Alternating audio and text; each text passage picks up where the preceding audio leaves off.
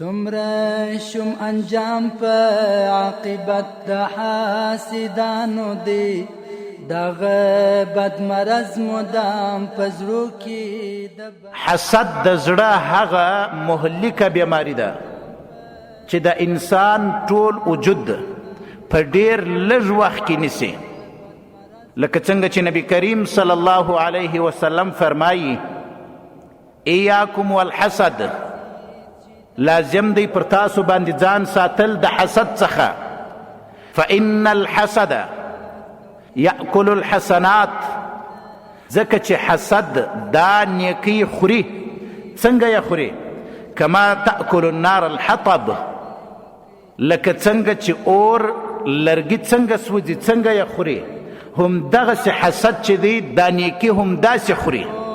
حسد د ساره خوی د شیطانانو دی